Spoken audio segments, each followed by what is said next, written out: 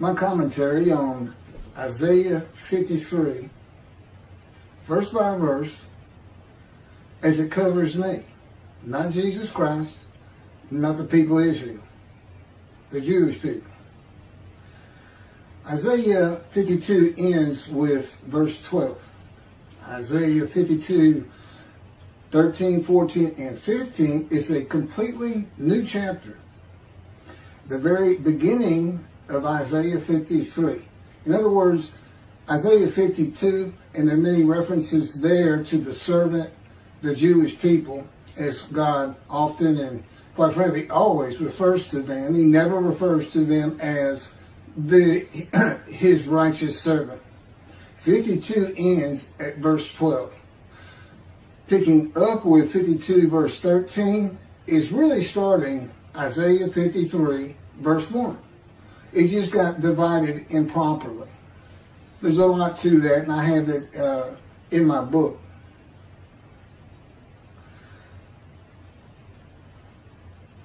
Isaiah 52 verse 13.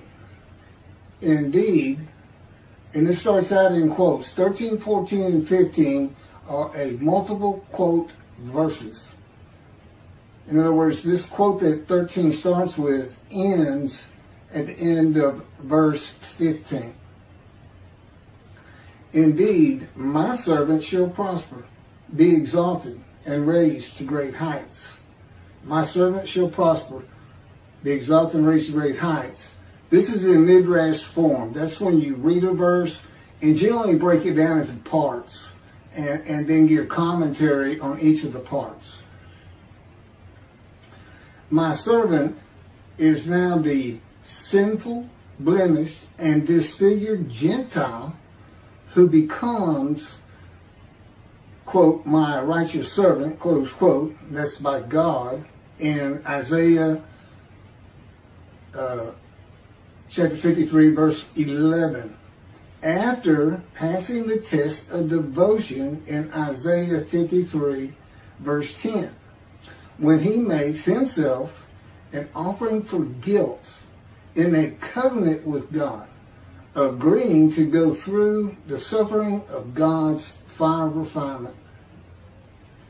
There's much more on that when I get to verse 10 and 11. God's righteous servant is a man who is made suitable in the Lord's fire of refinement of punishment, maltreatment, chastisement, bruising, and crushing. Now the key to this is the book of Ezekiel. He literally goes through everything that the man of Isaiah 53, the righteous servant, goes through, except he's not crushed with disease, he's not familiar with disease, and he is not wounded. All these other words, maltreatment, punishment, chastisement, bruising, crushing, that are in Isaiah 53, apply to him too. And again, I have a lot more on that.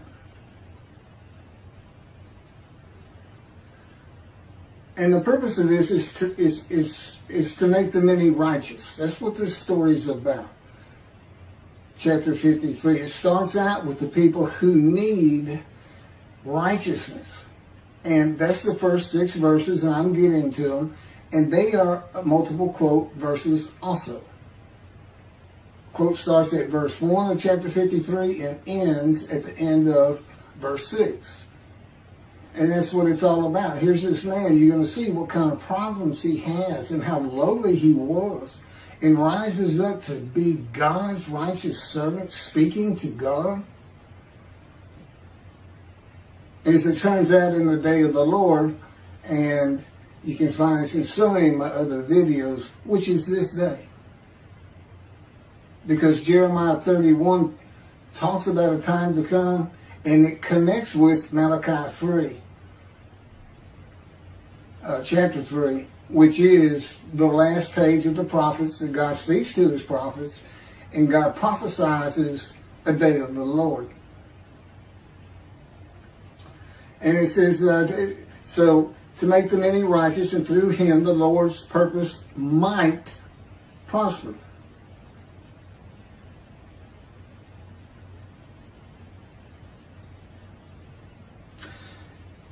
in the day of the Lord, there are 4 men to come. This is the only unfulfilled prophecies of God himself. 4 men to come. That would be the righteous servant himself, the prophet like Moses, who's never appeared, Elijah, and we find he's the messenger in Malachi 3, and of course the anointed one, Moshiach, the descendant of King David, from Isaiah chapter 11. Now, as I said, this is verse by verse and how I fit them. God came to me at birth, but did not speak to me as he did to Ezekiel immediately when his spirit lit upon Ezekiel. Then he could hear God speak. God is in his spirit. I have a little more on that in here, but it's also in many other videos. There's only one description.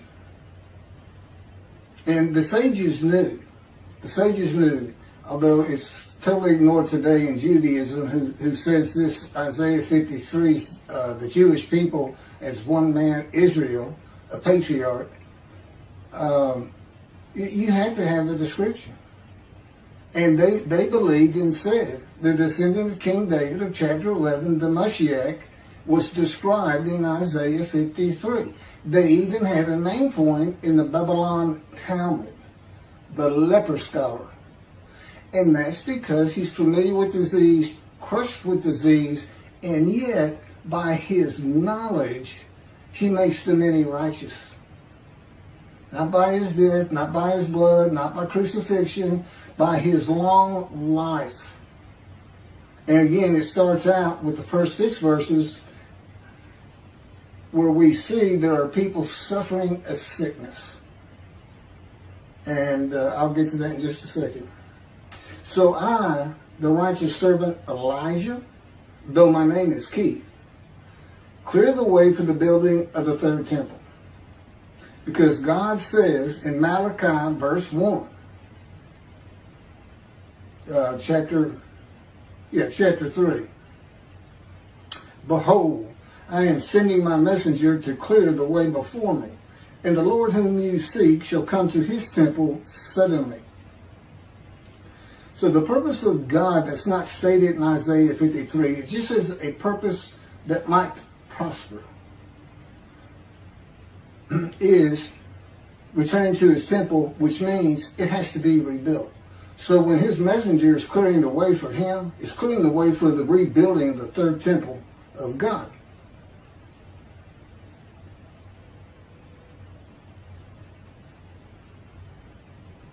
And this purpose of Elijah is a purpose that might prosper also.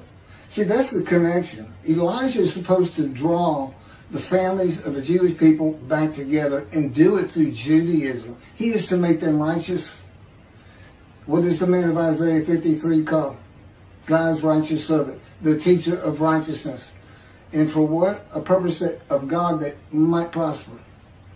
Which is what? Building a 3rd temple. And God says, if Elijah is not successful, when I do come, I'm coming with utter destruction. I will strike the land with utter destruction. That's how serious it is to be able to find Elijah. And that's why you have to have a description. 4 men to come, 1 description. It's implicit, it's explicit, and there's no other way to look at it. And the sages would agree with me, I'm quite sure, that you have to have a description of these men. The things I hear on the internet, on YouTube, from the rabbis who talk about Moshiach, and when he gets there and people ask them, how do we know he's here? This and that and this. The answers are so varied and to me so ridiculous. You know, you're going to know who he is because he fits this description. That's what it's for. It's for the day of the Lord. Now, what's the day of the Lord about? Well, Jeremiah says, see, a time is coming, the ruined land, the desolate land will be rebuilt again. The cities restored, Jerusalem rebuilt to a size greater than antiquity, which it is today. The land shall bloom again. This all started in 1948. See, your time is coming. I'll make a new covenant with you. Not like the covenant I made with your fathers out of Egypt. I'm going to forgive your sins and I'm going to remember them no more. And this will cause Torah to be written on your heart, which is a metaphor for basically when the Jewish people find out God is back and God is doing what he said, that's going to draw. That's going to get these sick people back that are in the first 6 verses to righteousness.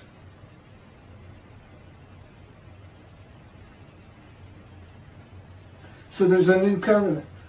So we look at Jeremiah, you got these 3 seed times coming, and you say, okay, well that's today. Because the land blooms again, Jerusalem's rebuilt, so the new covenant has to be here. What do we know about that? Who's going to deliver it? Well, you ask yourself, who delivered the first one? Moses. Who's supposed to come? A prophet like Moses. Well, what about the covenant itself? What else do we know about it? Malachi 3 verse 1. I'm sending my messenger to clear the way before me, and I shall return to my temple suddenly. And the angel of the covenant that you desire is already on the way. It's the day of the Lord. That's what ties the two together. And you got to have a prophet like Moses. You got to have it. You have to be able to describe a man who's a prophet of God. That's number one. And then he has to be able to do the things Moses did, which primarily is write the Torah. The Jewish people haven't been in bondage since the Israelites left in the Exodus. So that's not the issue. And a man who can talk to God face to face, friend to friend. So this is what we're looking for. This is what everybody should have been looking for from the beginning. But particularly after the lands have become desolate and restored as they are today, which did not happen with the Assyrian Babylon exiles when they returned. They couldn't even go in to the northern kingdom because it was inhabited by Gentiles. That's another story too. But they didn't revive all of Israel as it is today. This is when it occurs, and I can tell you it is occurring because he's been training me up for this for 13 years now. We're just now starting to make a splash and let people understand what's really happening. He's here. It is the day of the Lord. There's 3 Abrahamic religions: Judaism, Christianity, and Islam. And it is unquestioned, at least in this room, the clear winner is Judaism. There ain't any question about it. And rightfully so. What other people have suffered as they have. So this is what we're looking for. The man being described, when all the verses are taken together, is a sinful man whose life had been lowly, full of grievous events, serious injuries and wounds, a man of pain and suffering, familiar with disease, that the Spirit of God alights upon, to the crown of God's righteous servant who makes the many righteous and rises to great heights. Other scripture says the stock of Jesse. Jesse is the father of King David, which we find in the first verse of chapter 11 of Isaiah. The stock of Jesse that has remained standing shall become a standard to peoples. Nations shall seek his counsel, and his abode shall be honored. That's Isaiah chapter 11, verse 10. I, the righteous servant David, though my name is Keith, will have an abode that is humble when the Lord cuts me off from the land of the living. In Isaiah 53, well, I'll get to it. It happened to Ezekiel too. From the world of material things and society to fit Isaiah 53 verse 8. And in the end, my abode is one to be honored in Isaiah chapter 11 verse 10. From a poor man to a rich man, with the many as my portion, and the multitude as my spoil. Prosperous and held in high regard by many, and the multitude of the Jewish people. Verse 14, just as the many were appalled at him, so marred was his appearance, unlike that of man, his form beyond human semblance. This is the beginning of identifying God's righteous servant in Isaiah 53 as a man with disfigurement, because not only is he afflicted by God, he is also blemished. And I'll get to that. It's very important that was put into Isaiah 53. Usually you think of afflicted with a disease, but these are separated. Another affliction is disfigurement at birth.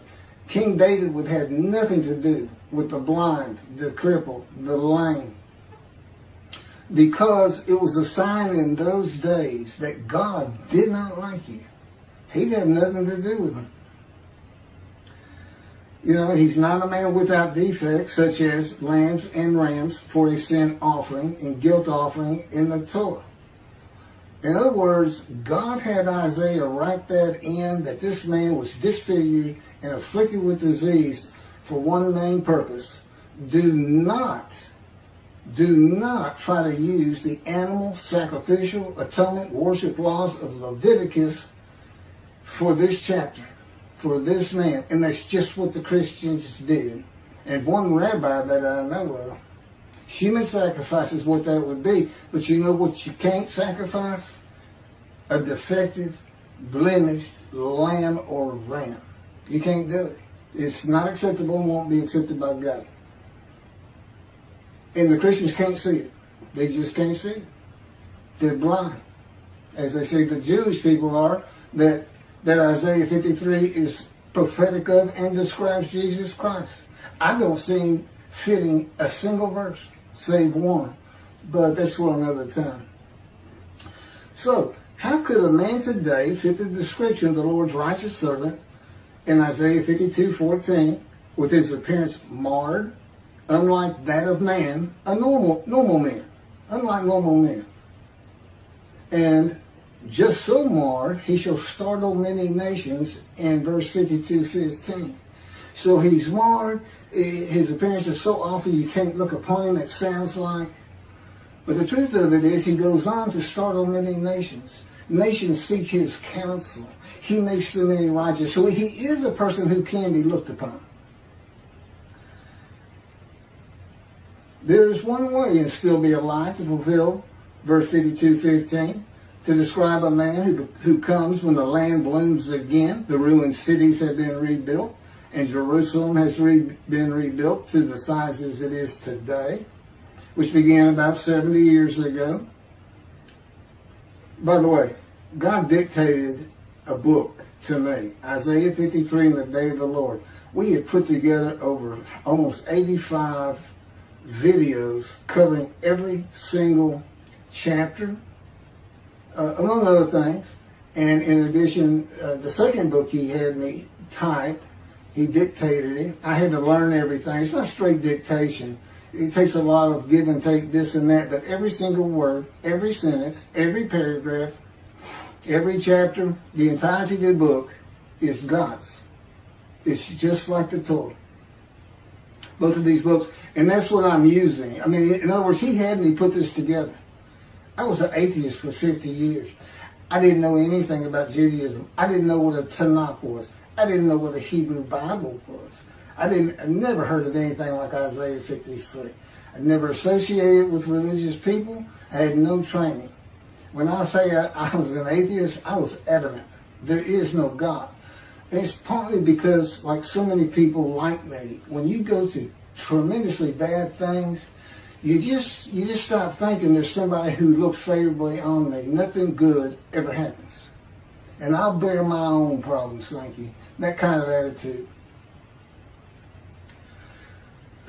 Now, if I were to be seen with all of my injuries from accidents and surgical operations at one time before healing, together with my congenital disfigurement, my appearance and features would be marred from that of normal man.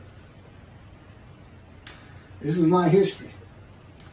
I was born prematurely in the 7th month without my right pectoral muscle, with a shorter right shoulder, and a withered arm. There's just no muscle on it, my right arm. I have a 4-inch wound from surgery to remove tissue above the missing right pectoral when I was 2 years old, my first surgery. My feet would have 3rd-degree burns from standing on the ashes of hot coals at a 4th of July celebration when I was 4. My right knee would be a gaping wound from being impaled upon a broken glass bottle, Coca-Cola bottle. They almost took that leg off. They didn't think I'd ever be able to use it. But you would say a miracle happened. One particular doctor who could repair it walked by that hospital door, and my mom actually knew him. He had repaired my great-grandmother's hip that she broke when she was about 90 years old. And this was back in the early 1960s. So the medicine wasn't near as advanced as it is today. But anyway, he saved my leg. My left knee would be sliced open from broken glass. I crawled over playing a game when I was 11. My 2 front teeth would be gone, knocked out by a telephone receiver when I was 12. Each foot would be pierced twice with nails.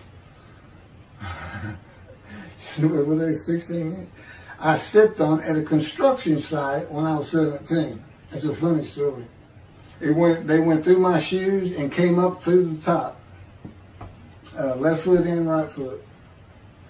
My torso would be opened from the top of my rib cage vertically down to the pelvic bone from surgery to repair a .22 caliber gunshot to my abdomen.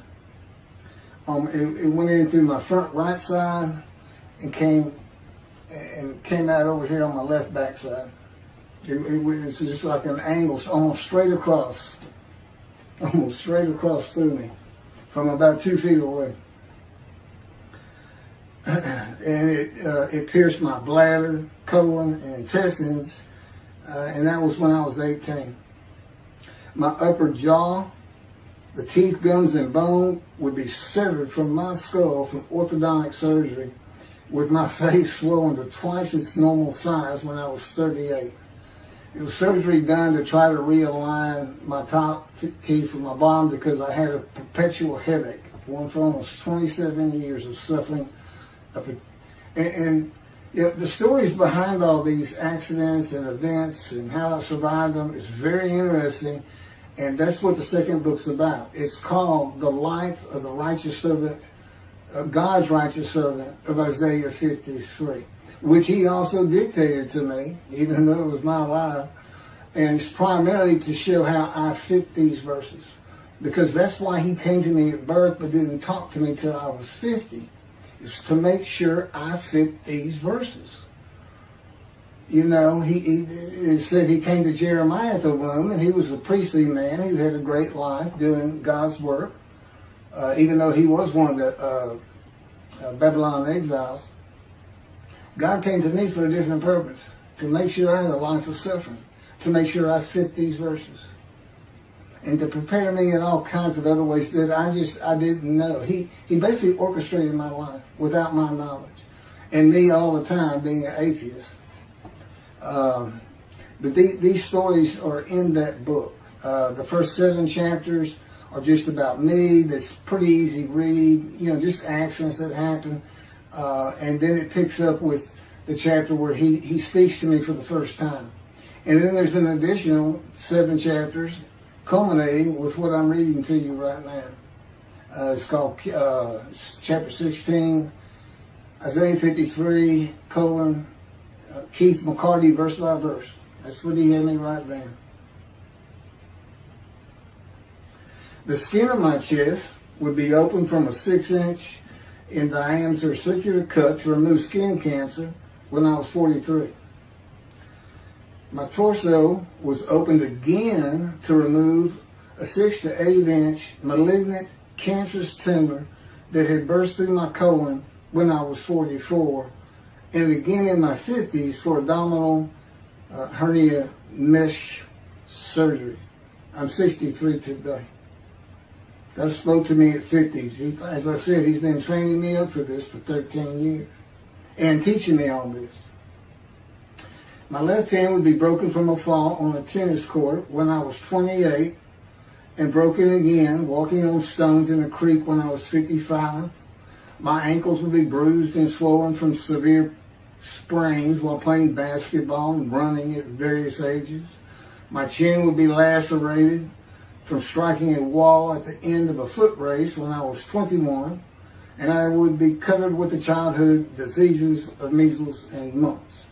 Now, if you could just imagine all that at one time, before healing, it's kind of like the Passion of the Christ. They say he fits all these things. He had nails in his hands and his feet, and he had been whipped. I'm sure his back was lacerated. But in any event, this man's supposed to live. This is how a man could fit the description of Lord's righteous servant in Isaiah 52:14, and just so he shall startle many nations. Kings shall be silenced because of him, for they shall see what has not been told them, shall behold what they never have heard. So that's Isaiah 52:15. And I can promise you, Judaism, the rabbis, Christians, these are things they had never been told, and behold what they have never heard. That's what this is. And, despite this language being in here, and God put it in here for a reason, had Isaiah write it, just as he has me write, just as he had Moses write. That's how the book came together, the Hebrew Bible. He had it all written, not just the Torah.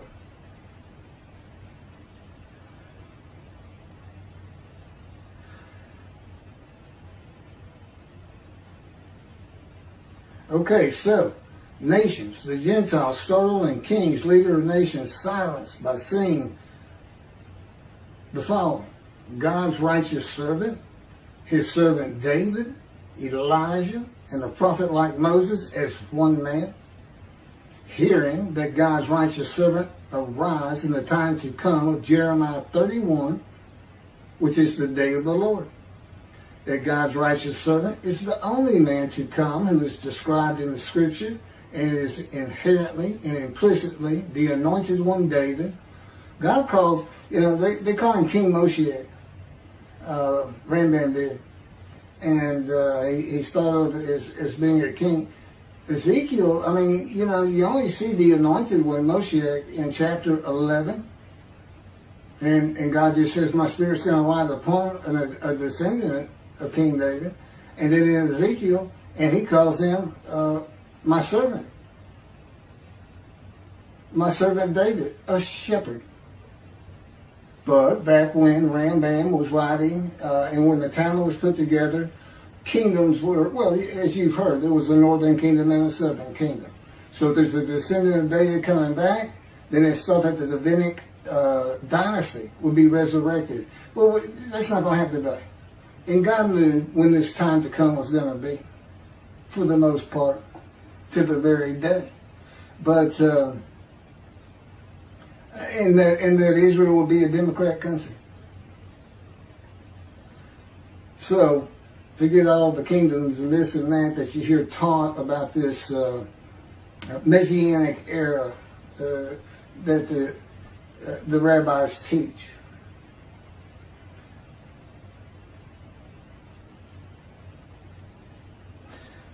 That the Jewish people throughout the world are forgiven by God of all their iniquities and sin by God's written word in the day of the Lord. That's under the new covenant. The Christians aren't going to believe it because they took that new covenant. No, they didn't take it. They said it's been abolished. It's obsolete. We have a newer covenant, and that's Jesus Christ. That's the only way you can find righteousness is through faith in Jesus and the resurrection. You can't be righteous under the law.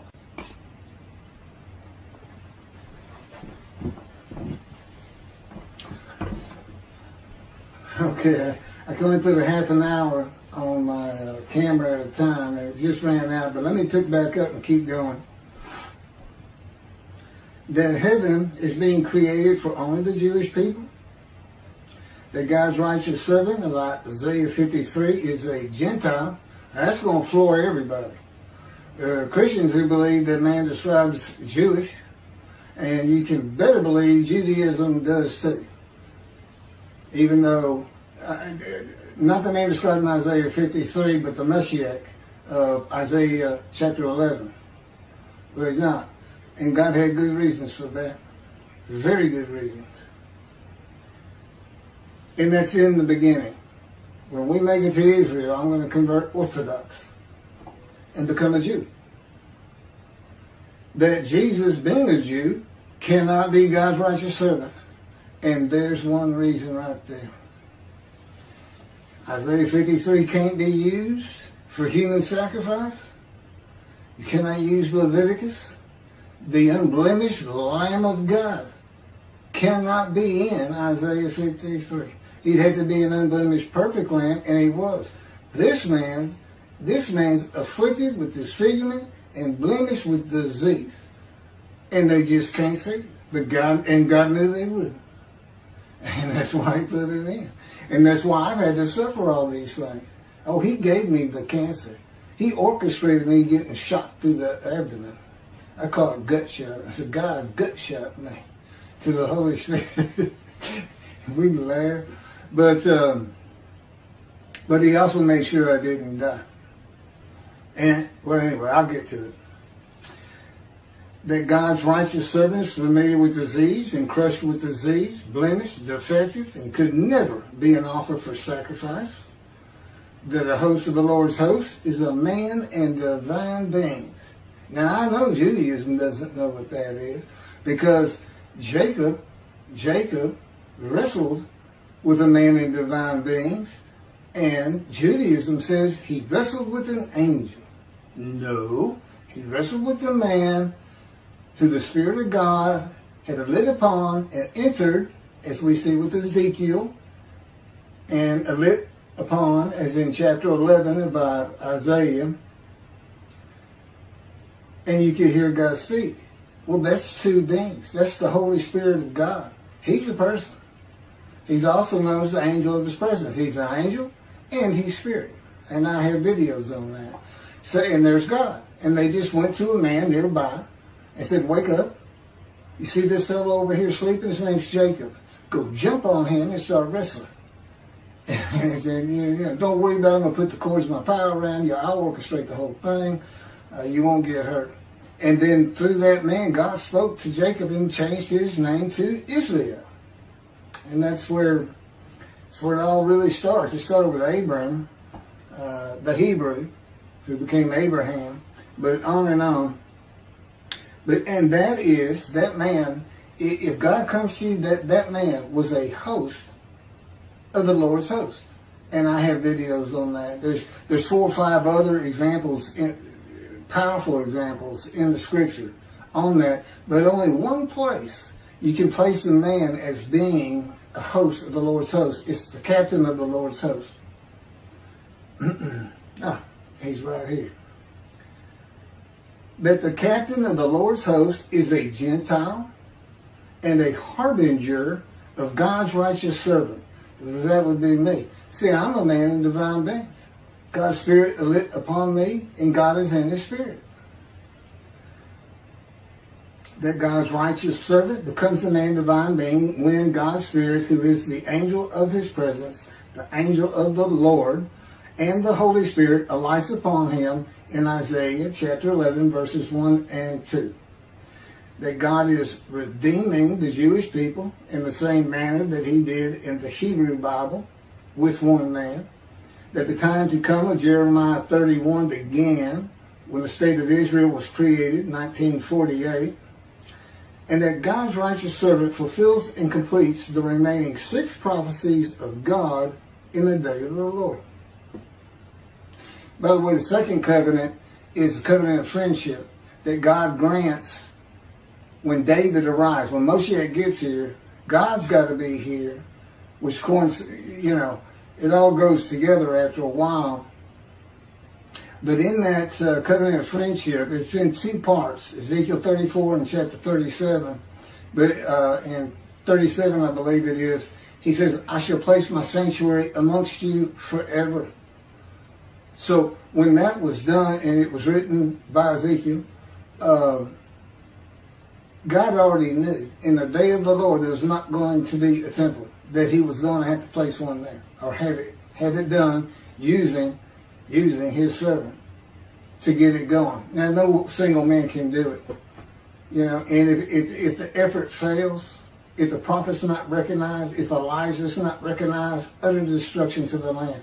And God doesn't mean he's going to do it in his power. It's just like Assyrian. It's just like him raising up armies. His creation's going to do it, not him himself. He likes to use himself in the third or first person or third person. It makes it more likely to happen that he's really trying to instill fear of who he is. But what it means is, if this doesn't get done, if he didn't get back into that temple, see, building the temple is what's going to keep Israel safe forever, from now on, in the Middle East. And it's always perilous there for them. That's what has to be done. And God's saying, if we don't get it done, the day will come, Israel, you're going to be utterly destroyed. There's 7 million Israeli Jews today. If the land is utterly destroyed, I would guess a minimum of 6 million people are going to die. And that should ring a bell that says, never forget. Don't think it can't happen. Okay, picking up with the actual chapter 53 that we have in the Bible. As I said, it actually starts at 52:13.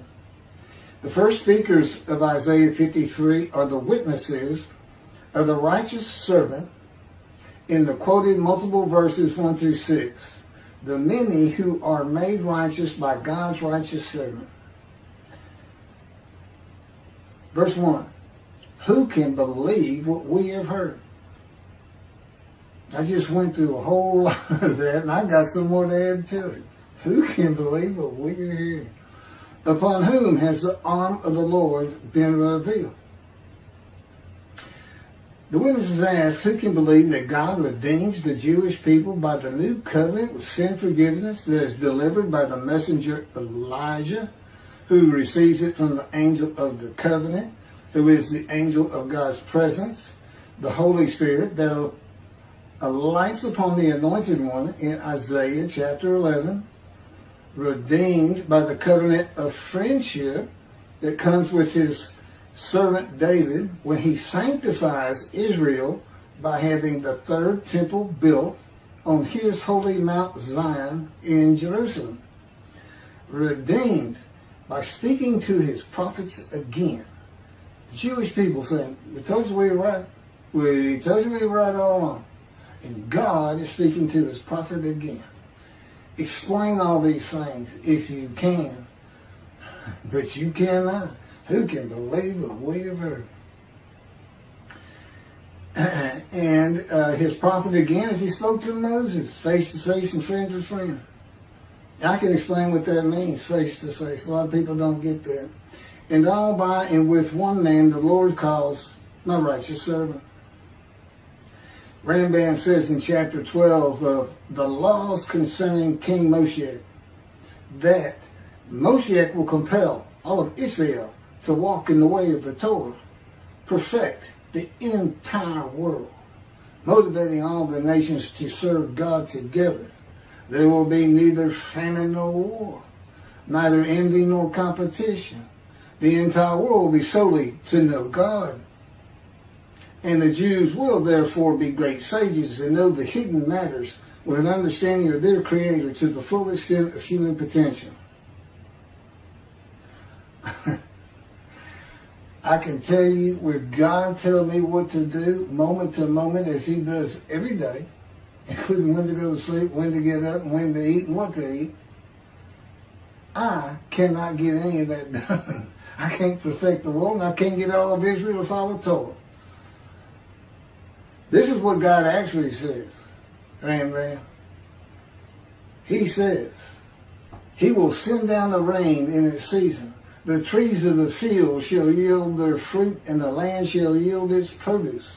The Jewish people shall continue secure on their own soil and never be overthrown and uprooted again.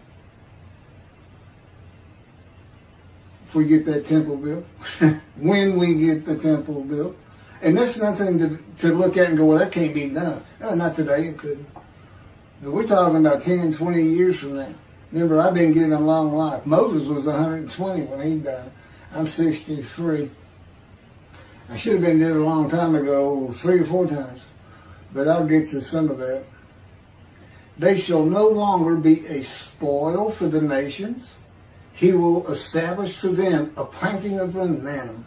They shall no more be carried off by famine. They shall not have to bear the taunts of the nations. Anti-Semitism. He will establish them and multiply them. He will place His sanctuary among them forever. His presence shall rest over them. And when His sanctuary abides among them forever, the nations will know that the Lord sanctifies Israel. Who would believe that one man fulfills and completes the remaining prophecies of God in the day of the Lord? Okay, I just went over that. The witnesses report, and who would believe it, that they had not been told by their wise men, sages, rabbis, and theologians that God's righteous servant of Isaiah 53 is a Gentile. In the beginning. Isaiah 63 says God comes from Adam. That is interpreted in Judaism to be Christianity and means He is coming from a Christian country. And of the people, Jewish people, none are with Him. Okay, I have some videos. There's so much more information on this. This idea, Adam's associated with Jacob's, who is Israel, Jacob's brother Esau. They're like eternal enemies. And Esau immediately started marrying Gentile women, Edomites and things like this. His whole generations from him are considered Gentiles. So Esau is considered Gentile. And that's why the reference becomes Rome, who were obviously Gentiles. And then it became Christian Rome. And then Rome fell.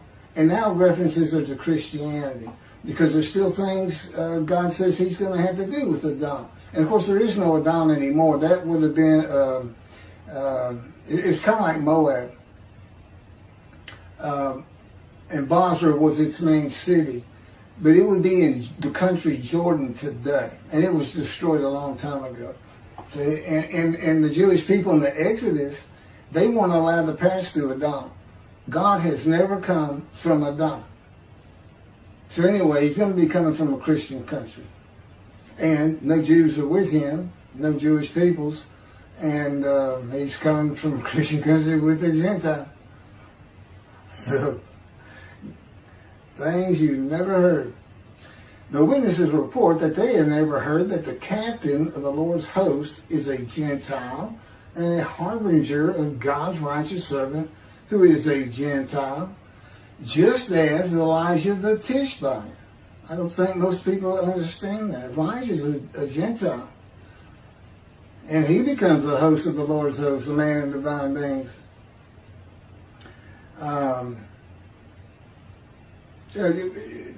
There's no Tishbites in the Bible. There's lots of genealogy, especially in Chronicles.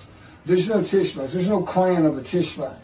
And it also specifically says, I'm pretty sure more than once, an inhabitant of Ramoth Gilead.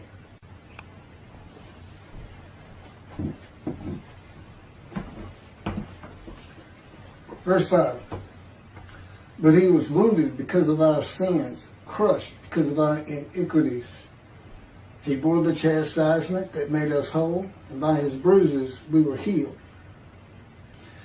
The book of Ezekiel is the key to understanding Isaiah 53. The purpose of Ezekiel was to be a prophet and teacher of righteousness to the exiles of Assyria, Babylonia, by bringing them to repentance with restitution. To prepare him, God said, I will make your face as hard as theirs, and your forehead as brazen as theirs. I will make your forehead like adamant, harder than flint. Do not fear them, and do not be dismayed by them. And God maltreats and punishes him for the punishment of the houses of Israel and Judah for their sins. For 430 days he's pinned to the ground, punished, maltreated, crushed, bruised, eating nothing but bread, and chastised by the words of God.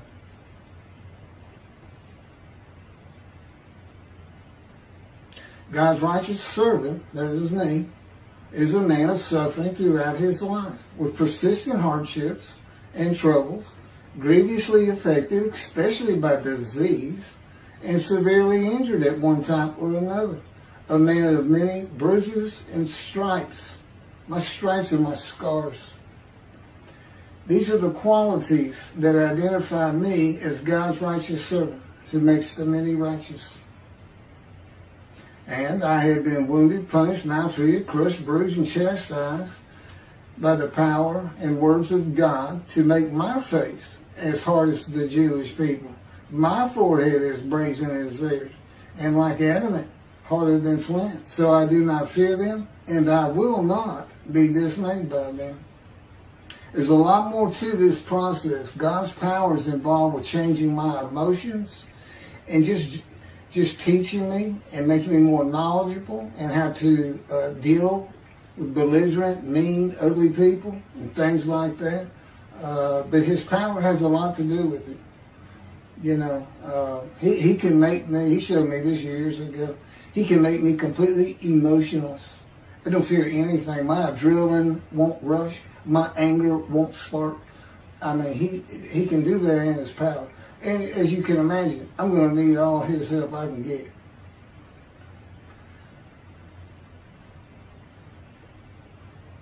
Verse 6, we all went astray like sheep, each going his own way. And the Lord visited upon him the guilt of all of us. We all went astray like sheep. That would be the Jewish people. This is verse 6, the last by the witnesses, who are the witnesses and speakers of 1 through 6. They had stopped following the laws of God in one manner or another. As I say, the guilt is visited on him. Well, in verse 10, I offered myself for guilt. That's the guilt we're talking about. Of being sinners. The man is made to be, he becomes God's righteous servant. That's the story of the whole thing.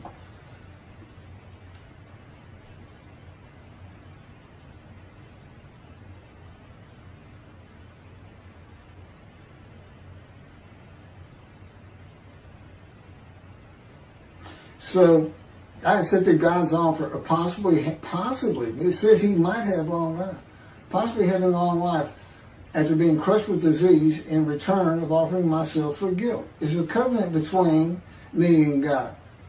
God and the Gentile, a covenant.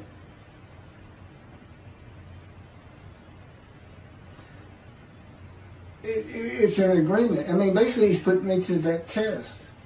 You agree to go through my fire of refinement. He's trying to tell me how awful it is and what it's going to take and how it's going to change me. And then he makes it tough by saying, I might give you long life. So you're like, I got to go through all that, not really understanding it, and you might give me long life? He said, that's correct. Will you offer yourself for guilt or not? You know, that's how he's talking to you. You're just kind of like, you know better than to say, could I have a moment to think about that? You know better. You just do. And you know, you can't take the guilt of other persons. I offer myself for the guilt of the Jewish people for their sinning. These witnesses. And the many and the multitude made righteous. So, I mean, you already know this is figurative language. I mean, you know, I can't take the guilt of the Jewish people. Does that mean every Jew in the world, all of a sudden they don't feel guilt? I mean, they're known for that. They're feeling guilt because the world is oppressing so much. You know, it's a stereotype, but it's one that has been there a long time. But so basically, those who remain righteous no longer feel guilt, though I do suffer greatly in God's fire of refinement. So that's the last of the verses by the witnesses. The second speaker of Isaiah 53 is Isaiah himself, the prophet, in verses 7 through 10. Verse 7, he was maltreated, yet he was submissive. He did not open his mouth. Like a sheep being led to slaughter, like a ewe dumb before those who shear her, he did not open his mouth. Okay, breaking it down, he was maltreated, yet he was submissive.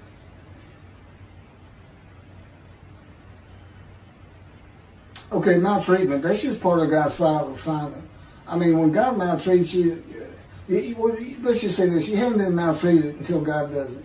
He's very good. It hurts because it's God. You know, I mean, you know, your wife or your kids maltreat you, that hurts. But until you've been maltreated by God, you know, there's a whole other level to go to. And again, he's just drawing emotions from me to change me. And with God, you're always submissive.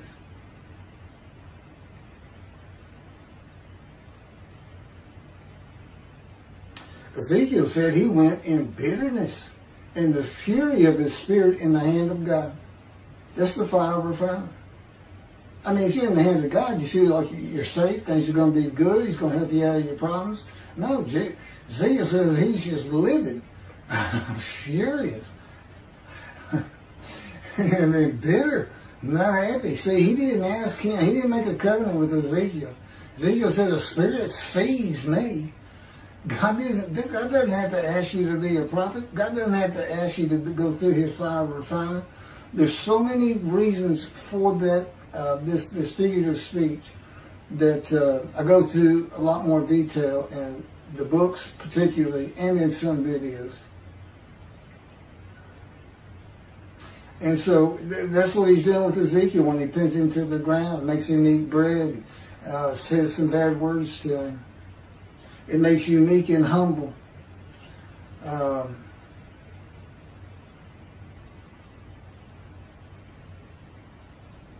You know, it dulls your emotions.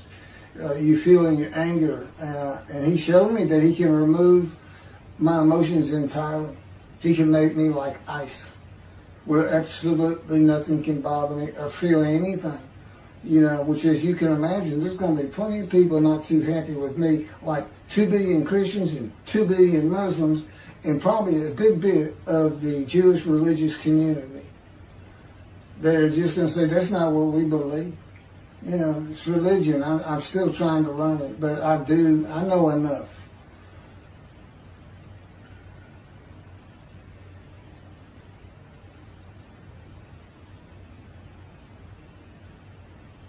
It's also removal of self-will.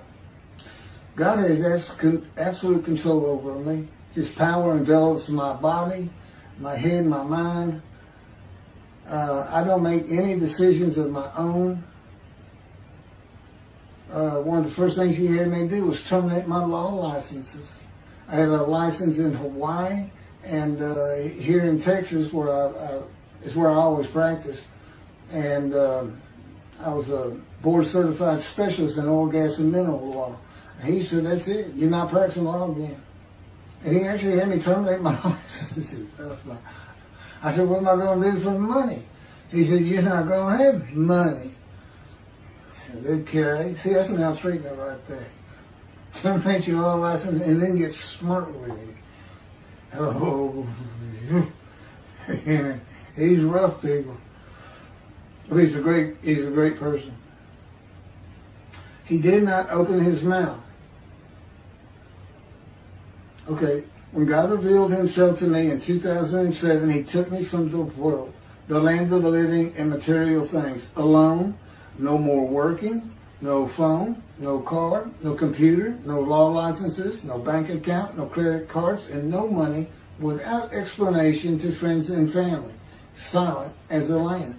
I mean, to everybody, it's just like, I just disappeared.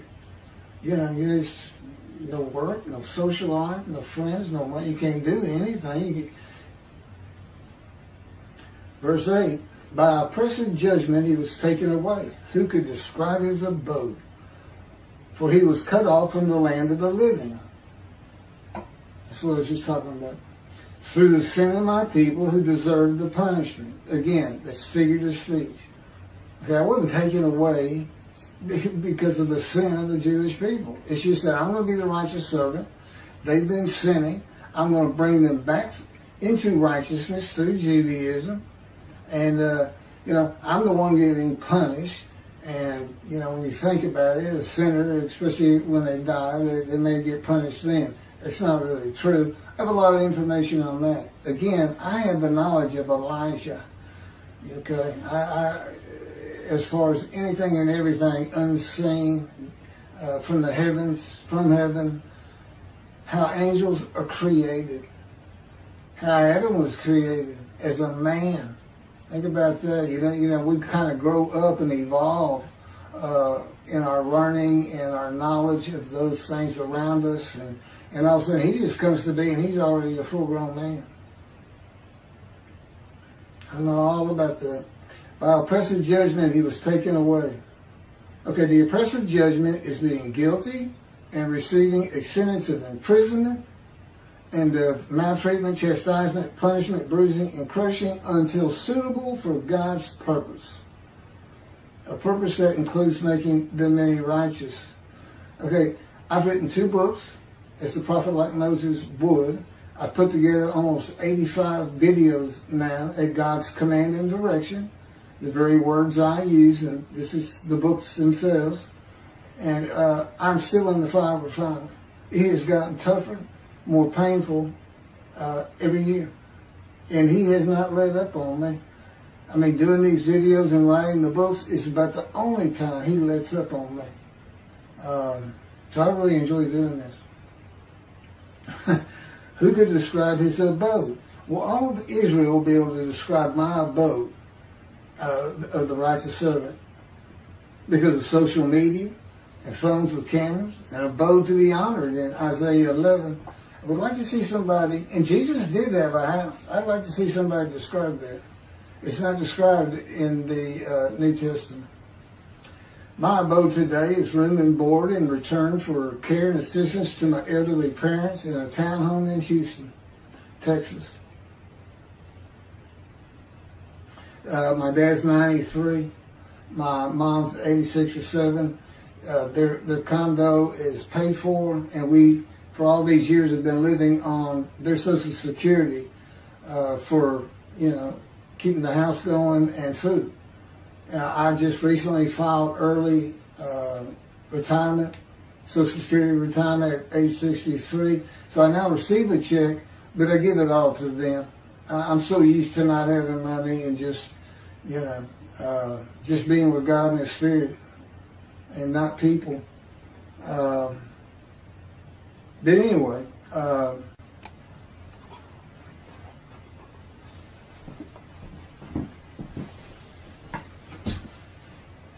verse 9, and his grave was set among the wicked, and with the rich in his death, though he had done no injustice and had spoken no falsehood.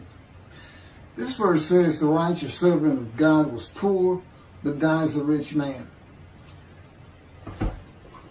The righteous servant of God becomes poor when God cuts him off from the world, and then he is given the many as his portion and receives the multitude as his spoil.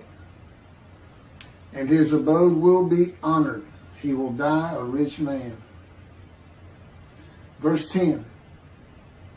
But the Lord chose to crush him by disease, that if he made himself an offering for guilt, he might see offspring and have long life, and that through him the Lord's purpose might prosper. So he might be given long life, and the Lord's purpose might prosper. God's righteous servant will be familiar with disease and his life crushed because of disease that he is afflicted with by the power of God. God has shown me how he orchestrated my being shot in the abdomen in a vision back to October 5 of 1975 by altering my perceptions. Had he not done that, I would have removed myself from harm's way. And you can also find that in Isaiah chapter 11, I believe it's verse 3, that he will not make judgments and decisions by what his eyes and ears perceive. God will decide what I perceive. He'll decide my judgments, and he decides my decisions and what my eyes see. The bullet passed through my colon, bladder, and intestines. I was 18, and this is when the doctor said a tumor began growing in my colon based on its size when surgically removed when I was 44 years old, shortly after the 9/11 terrorist attack on New York. God tells me that the trauma to my colon activated dormant cancer cells, and in his power, he made sure they did not go dormant again. And now I survived the colon cancer. They had to open me up, just as they did with the bullet wound, from stem to stern. Remove about an 8-inch tumor that had burst through my colon. I had been bleeding internally for months. And it metastasized. It spread to my lungs. I didn't know that at the time, though, but so anyway, they removed the tumor, and I took chemotherapy for colon cancer. And then they had me come back in months later and started running more tests, and that's when they found lung cancer. X-rays of my lungs. My chemo had been specific to colon cancer. And then, my dad's sitting right there with me. And they took the x-rays twice, and they showed them to me, and it's just white spots all over my lungs. And they said, the white spots are cancer, and it's too advanced for us to even try and treat. And I said, well, what does that mean? You can't treat it.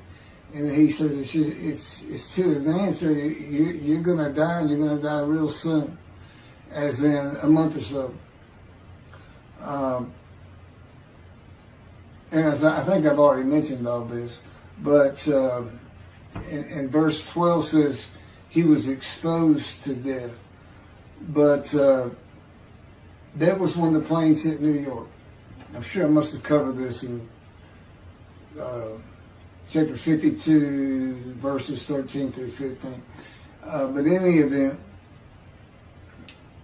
I never went to see a doctor again. I mean, I just walked out there and that was it, But I wasn't experiencing symptoms. And I even mentioned that to him. I wasn't coughing, I wasn't hacking up blood, there was no shortness of breath. Nothing to really tell me that I was about to die of lung cancer. And I know now why. God knew they were going to be taking those pictures. And that's when he, in his power, gave me advanced stage 4 lung cancer. And then after the pictures, he removed it. But I didn't know that. And so it crushed my life. But it wasn't because I was, went through this horrible ordeal in a hospital. Like I've seen pictures of Lance Armstrong, the great bicyclist, what he went through, and of course he came out of it with incredible treatment and surgeries. I just left the hospital and never really experienced lung cancer. Now I did the colon cancer. That was brutal. It was really bad. I didn't know what was wrong with me, but not the lung cancer. And that's how God crushed me with disease. And I was familiar with disease, and I'd had skin cancer. So, in any event, that he would make himself an offering for guilt, it's an offer. It's an offering of one's self and soul to God for the guilt of the sinning of the Jewish people, in particular the many made righteous who were the witnesses of verses 1 through 6. And that was in return for possibly having long life and seeing my children. I have 3, by the way. It was a covenant between me and him. You offer yourself for guilt, I might give you long life. But here's what, and then he explained to me the fire of refinement. He said, what's really going on is, he says, you can't take the guilt of the Jewish people. Okay, that's figurative speech. But I did, it's kind of the way it evolved. I mean, at first he put it to me, you just got to do it. And of course, I've been told I was going to die. And here's God telling me, I might give you long life. Well, I'm going to accept that.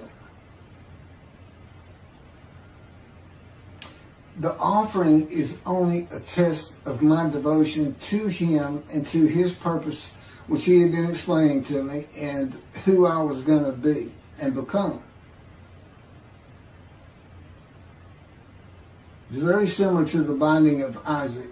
I mean, God knew all along he wasn't going to let Abraham kill Isaac. He knew all along, but Abraham didn't know that. And so when we were first talking that, I didn't know that. And he's telling me, all these things like wounding, maltreatment, as we go through Isaiah 53, punishment, chastisement, bruising, crushing, in his power is what he's talking about.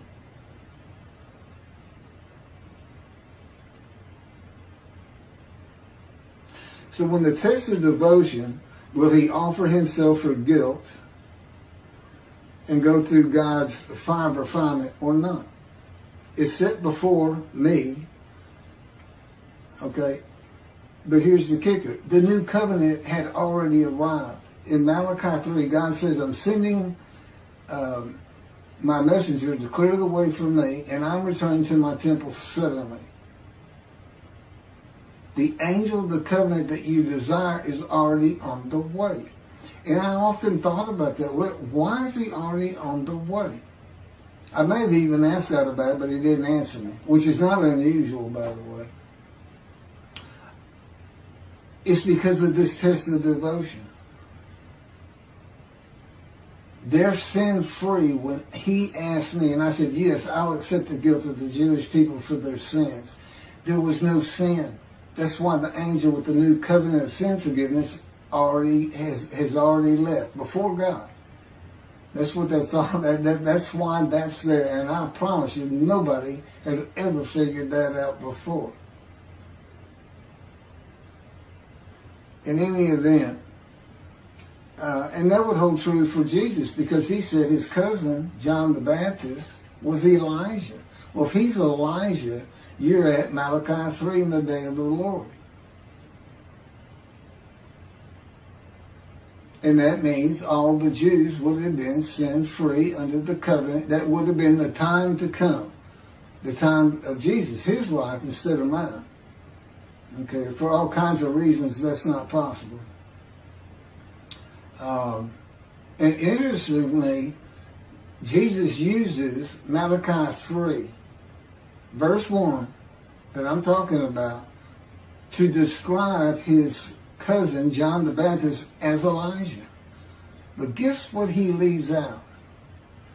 The angel of the covenant that you desire is already on the way. He put in the part, I'm sending my messenger before me.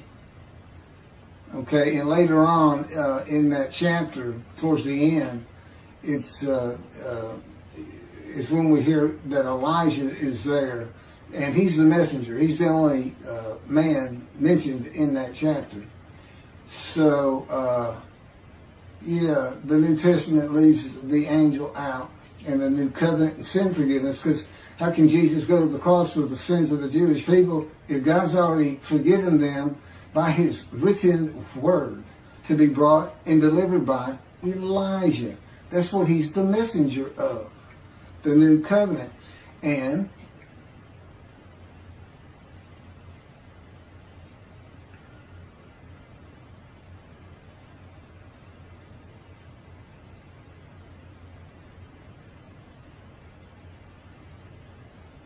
So the reality is there is no guilt or sin for the man to bear.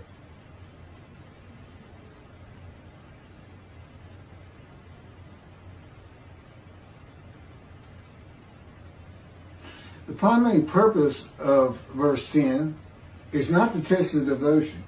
Will you offer yourself for guilt or not? It's to make certain that the animal, sacrificial, atonement, worship laws of the Torah cannot be used for the man described. Because God knew what the Gentiles were going to do. He knew they were going to have an unblemished Lamb of God. That's their story with the Jewish people. And then this story says that the atonement for the Jewish people that Jesus died for was transferred to them.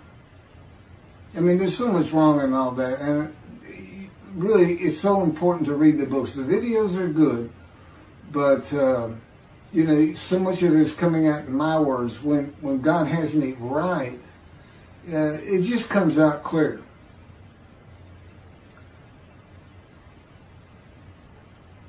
There's no other reason God would crush a man with disease. He didn't crush Ezekiel with disease, who goes through the same things except for the wounds as the man of Isaiah 53. It's the same words. He's maltreated. He's punished. He's told, you're being punished for the punishment of the houses of Judah and Israel. Bruised and crushed. Well, if you're pinned to the ground for over a year, you're going to be bruised and you're going to be crushed.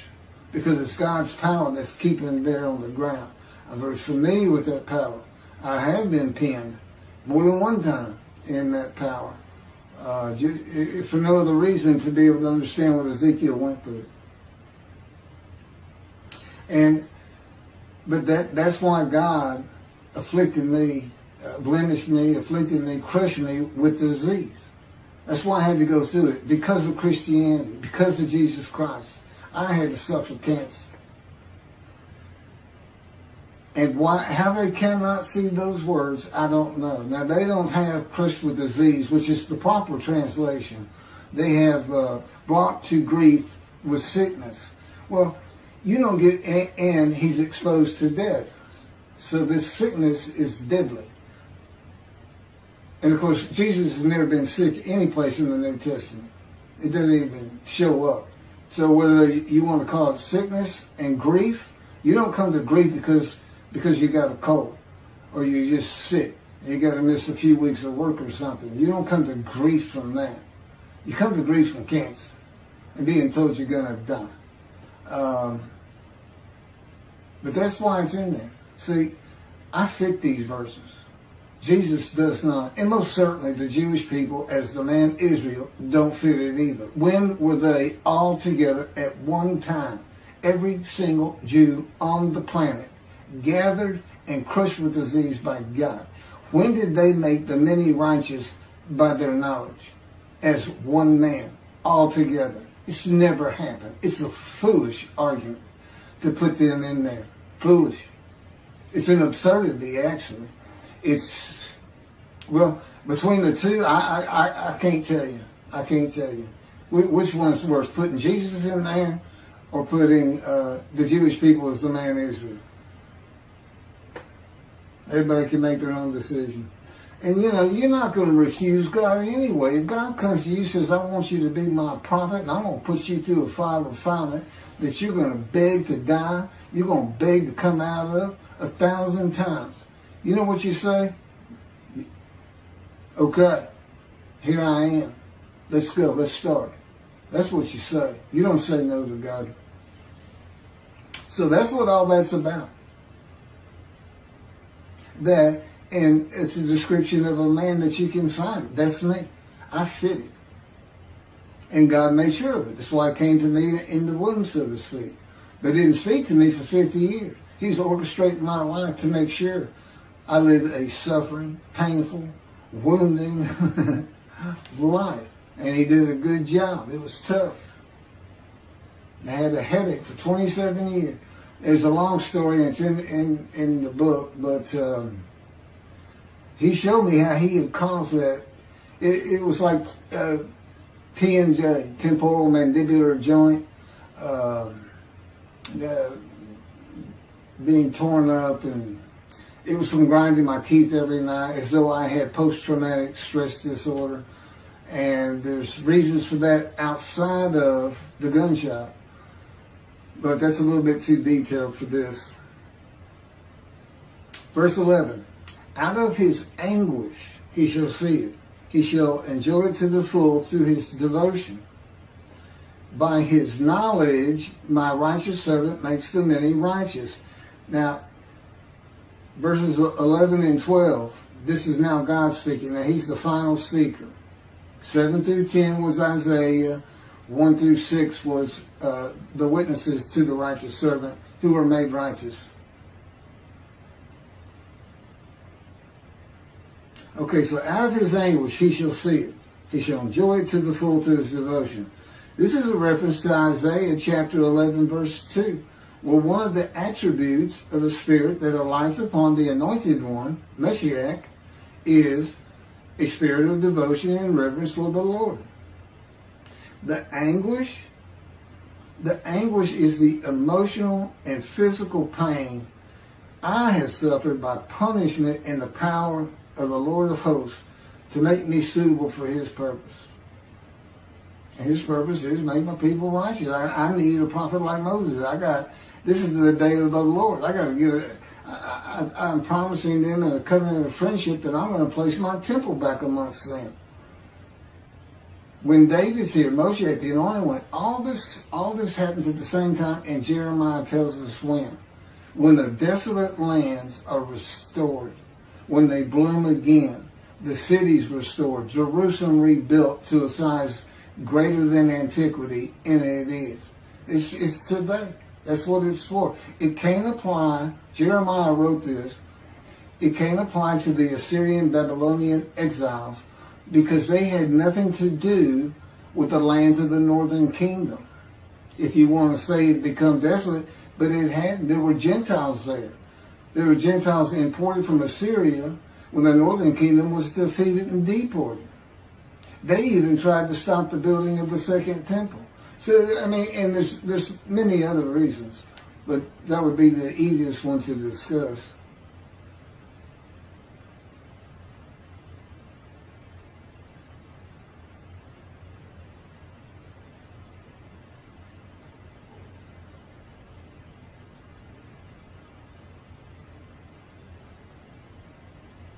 Verse 12, assuredly, I will give him the many as his portion. He shall receive the multitude as his spoil. For he exposed himself to death and was numbered amongst the sinners. Whereas he bore the guilt of the many and made intercession for sinners.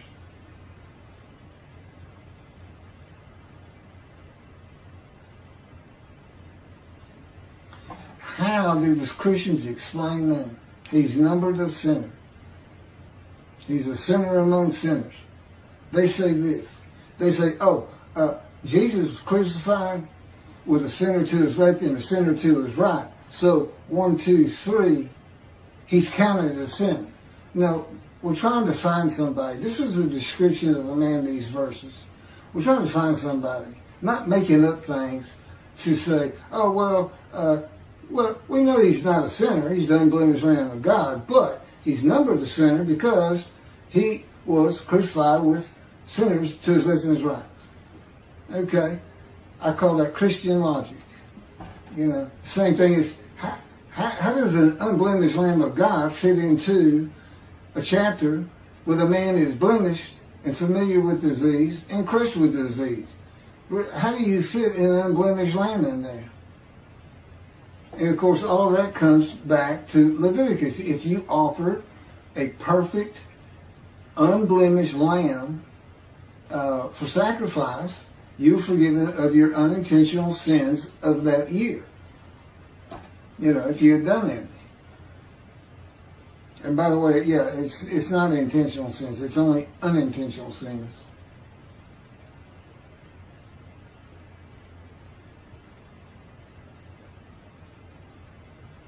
For he exposed himself to death. Jesus was never exposed to death. He died. Okay? He's crucified and he died. There's no other time in his life he was exposed to death. You know, when I was born, they told my parents, take him home. Born premature, 7th month. They just take him home. His intestines haven't formed correctly. He cannot eat, and he's not going to be able to. Just take him home. He's not going to make it. But I did.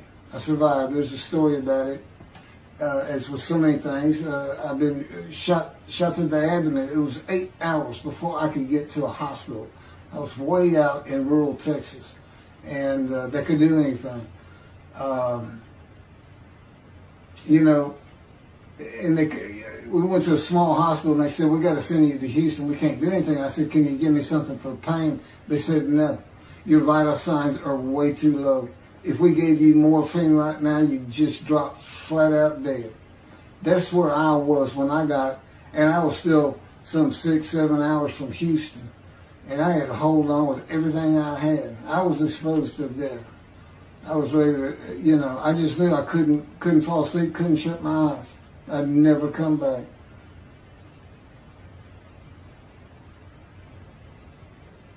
Oh, and I am numbered among the sinners. I've had plenty of things. God pointed a bunch of them out in visions to me.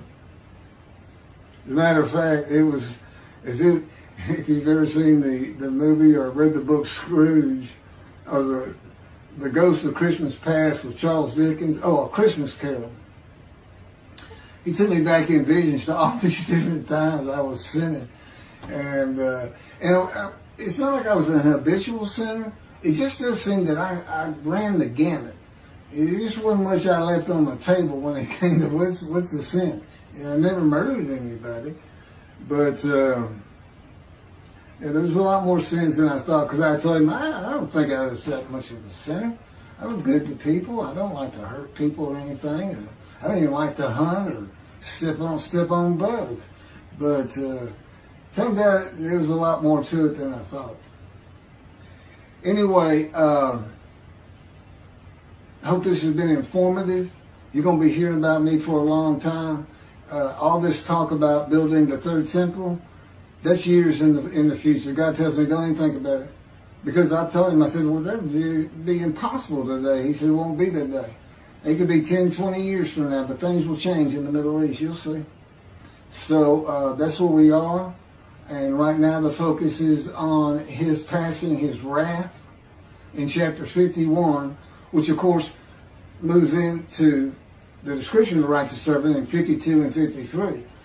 He passes his wrath to the Christians. He tells his people, I'm passing the cup of my wrath, my bowl of reeling, from you to those who told you to get down on the ground and walked all over you. That would be the Christians who stole their book and told them they didn't know how to read it.